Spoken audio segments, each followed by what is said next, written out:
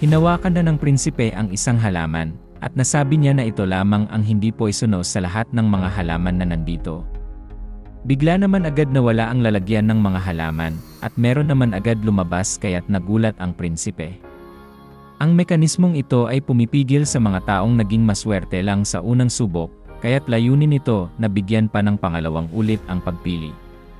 Ang mga sumusubok naman na hindi alam kung ano ang mga uri ng halaman na ito, ay mapipilitang kainin ito ng isa-isa para malaman. Kinuha naman agad ng prinsipe ang halamang gamot at tiwala siya sa kanyang mga kaalaman. At bigla naman agad lumubog ang lalagyan ng mga halaman. Habang naghihintay ang prinsipe na lumabas ang pangatlong pagsubok, ay para bang wala naman nang lumalabas. Napalingon ito at sinubukan namang basahin ang mga comment sa bato. Sabi ng isa ay magiging poisonous human shock pag patuloy itong kumain. Nagagalit naman ang isa dahil sa kung anong klase ng pagsubok ito at sino ba ang gumawa. Sinabi naman ng isa na nagtagumpay siya sa kanyang 76 na ulit. At sa kahuli-hulihan namang comment ay nabasa niya ang sinabi ng kanyang ama na huwag bumasi lang sa swerte. At ang ibig sabihin lang nito ay naaalala niya ang lahat ng kanyang mga kinain mula pa nung unang pagsubok. At sa wakas ang last trial, kinakailangan niyang makaligtas sa illusionary life and death trap formation. At kung mamatay siya dito ay namamatay siya ng tuluyan, at kung handa na siya ay tumayo na sa loob ng Crimson Circle. Inuna namang tingnan ng prinsipe ang mga comment, sinabi ng isa na napakahirap ng mga laban dito, at pag siya ay naging heavenly demon ay papatayin niya ang gumawa sa trial na ito. Ayaw naman nang bumalik ng isa sa trap formation na ito kahit kailan. At sa kahuli-hulihan naman ay ang comment ng kanyang ama, at sinabi nito na huwag magpahinga. Napag-isip-isip naman ng prinsipe, na kahit na isang clue lamang ang comment ng kanyang ama, ay para bang ito ay isa ding advice para sa prinsipe, kung papaano niya hahawakan ng kanyang buhay. Nagulat naman agad ang prinsipe, at napatingin sa kanyang paligid, biglang nagtatransform ang mga ito. Nagtataka ang prinsipe kung saan siya dadalhin, at inihanda na lang ang sarili. Napunta siya sa isang lugar na para bang isang disyerto. At naramdaman agad ng prinsipe ang hangin, pati na din ng iba pang mga nakatira sa lugar na ito. At ramdam naman ng prinsipe na para bang ito ay isang tunay na lugar. Napapabilib naman siya na ang illusory life and death trap formation ay makakagawa ng mga bagay na para bang totoo. May napansin naman agad siya sa paligid. At napalibutan siya ng mga zombie sa disyerto na ito, at mayroon din silang mga hawak na sandata. Napaisip ang prinsipe na kahit na mga illusion lang ang mga ito, ay ramdam na ramdam niya ang mga presensya ng mga zombie. Habang pinapaligiran nito ay punong-puno naman ng mga aura ng pagpatay ang mga bagong kalaban na ito. Kaya't napailing na lang ang prinsipe, at biglang nabuhayan ang loob dahil sa ngayon, ito ay isang magandang oportunidad sa kanya para mas lalo pang lumakas. Hinugot naman niya agad ang kanyang espada at nakahanda ng umatake sa mga zombie. Inunahan naman agad siya nito, sinugod ang prinsipe, ngunit sinimulan na niyang magseryoso. Inilagan niya ang unang atake ng mga zombie, at habang nakayuko ay tinusok naman niya ang ulo nito. Ngunit aatakihin naman siya ng ibang nakapaligid na zombie, at alam naman ito ng ating bida. Hinarap naman agad ng prinsipe ang mga ataking ito, at hindi na ito mapipigilan. At dahil hindi mga tao ang kanyang kalaban ngayon, inilabas na niya ang kanyang aura na pumalibot sa kanyang katawan at kanyang espada. Tinabas niya ang lahat ng mga ito sa isang atake lamang, at ngayon ay hindi na siya mag-aalangan na patayin ang lahat ng mga ito. At dahil sa demonic essence pill, ay nagagamit ng prinsipe ang kanyang energy ng walang kahirap-hirap. Tinutukan naman agad siya ng mga ito ng iba't ibang klase ng mga sandata, mapasa harap kung mapasa likod man. Tinignan naman ulit nito ang kanyang paligid, at napakarami pa nga ng mga kalaban niya na para bang hindi nauubos. Napakatalas ang tingin ng prinsipe sa mga ito, at hinihintay ang atake ng bawat isa sa mga kalaban. Pinakalma ng prinsipe ang kanyang sarili, habang nasa gitna ng kaguluhan, sabay-sabay na umatake ang mga zombie, at papalapit na sa kanya ang atake ng mga zombie na ito, gamit ang iba't ibang klase ng mga sandata. Sinimulan ng ating bida na umatake ng napakalakas. Kitang-kita sa mga katawan ng mga zombie ang mga linya ng energy na gagawin niyang target. Sa sobrang lakas at sa sobrang bilis ng prinsipe, ay sinundan niya ang mga pattern na ito, at napakadali lang niya itong ginawa. Nagsitalsikan naman ang mga dugo ng mga zombie sa iba't ibang direksyon dahil sa ginawa ng prinsipe. Wala namang binatbat sa kanya ang mga kalabang ito, at nagsitumbahan naman ang lahat. Ibinaba niya ang kanyang espada, at para bang ito ay nagpapahiwatig na tapos na ang labanan. Napatingin siya sa kanyang likuran, at nagtataka kung tapos na ba ang trial na ito. Nanghihinayang naman ang prinsipe, kung ganun lang ang trial na iyon at natapos niya agad. Habang siya ay nag-iisip patungkol dito, ay bigla naman siyang napangiti, at napasabi sa kanyang sarili na hindi pa nga tapos ang laban. Nagsilabasan naman ang mga bagong kalaban at nagsitayuan ang kanyang mga inatake, at ang kanyang nararamdamang energy sa mga ito ay mas lalong lumakas kaysa sa una. Pinutol naman agad ng prinsipe ang ulo ng isang zombie, habang nagmamasid-masid naman siya sa kanyang paligid. Mukhang naka-armor na nga ang mga zombie na ito, at para bang hindi nauubos, pinana naman siya ng isa dito, at bahagyang nailagan ito ng prinsipe. Unti-unti naman na siyang tinatabla ng pagod, at siya ay hinihingal na. Umatake naman agad ito ulit, at napapaisip siya, na para bang mas lalong lumalakas ang mga zombie ngayon. Naalala naman ang ikalawang prinsipe ang comment ng kanyang ama, at sinabi doon sa bato na huwag siyang magpapahinga, kaya't naiintindihan na ito ngayon ng prinsipe kung bakit. Habang patuloy siyang lumalaban sa mga zombies na ito, ay napapaisip ang prinsipe na ito ang kanyang pinakaunang laban, na pakiramdam niya ay totoong laban simula nang siya ay bumalik sa nakaraan. At ngayon na siya ay lumalaban ng walang humpay, at nakataya ang kanyang buhay. Pakiramdam ito ay natututunan na niya lalo ang kanyang pinagdaanan sa kanyang past life. At ang mga kaalaman niyang nakuha, ay para bang nagiging isa na sa kasalukuyan niyang katawan. Binato naman agad siya ng mga kutsilyo, ngunit sinalag naman niya ito gamit ang kanyang espada at pinalibot-libot niya ito. Nakita naman ng prinsipe kung sino ang bumabato nito, kaya't ito ang kanyang tinarget. Mas lalo pang ginaganahan ng ating bida, at mas gusto niyang lumapit pa ang mga ito ng mas malakas at mas mabilis. Makikita naman dito ang paghati niya sa isang napakalaking zombie, at sa paligid ay napakadaming mga bangkay. At ang mukha ng zombie na ito ay nahati at bumalik na nga sa lupa.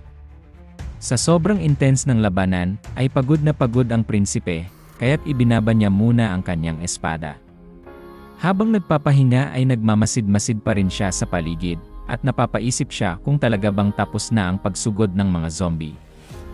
At tinungo na nga niya ang susunod, bago pa siya makalabas ay kinongratulate ito sa pagpasa niya sa mga pagsubok, at pahabol pa sa sulat sa bato, na sana ay gamitin niya ang kanyang lakas para sa kabutihan ng Heavenly Demon Divine Cult. Masaya naman ang ikalawang prinsipe sa kanyang nakamit ngayon, natapos nito ang lahat ng mga pagsubok sa isang araw lamang, na kahit ang kanyang ama ay natapos ito ng isang buong buwan. Ngunit nag-aalala siya na baka malaman ng mga tao ito, at siguradong magkakaroon ng kaguluhan sa loob ng kanilang kulto. Kung ganito niya kadaling na kumpleto ang mga pagsubok, siguradong ang mga tao ay magdududa sa kanyang mga achievement na nagawa, kaysa sa pagpapapuri sa kanya.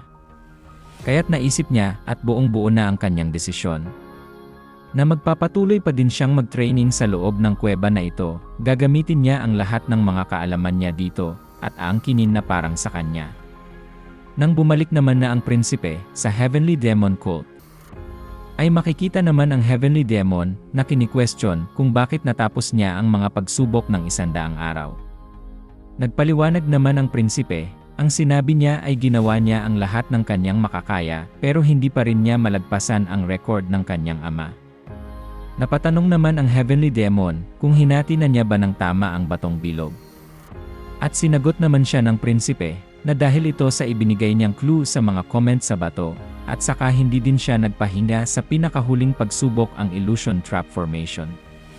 Seryoso naman siyang tinitignan ng kanyang ama, at bigla itong napangiti dahil sa mga sinabi ng prinsipe.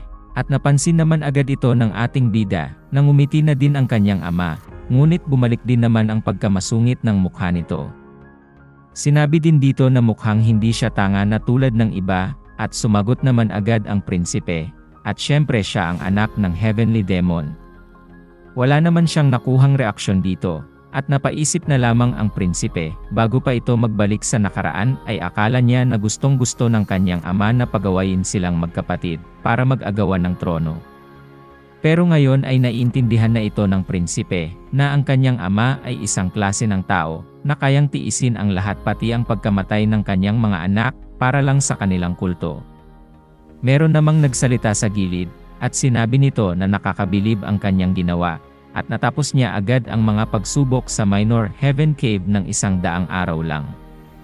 Ang taong ito ay ang kinatawan ng kanilang pinuno, at siya ang pinaka-pinagkakatiwalaan ng mahigit ng kanyang ama.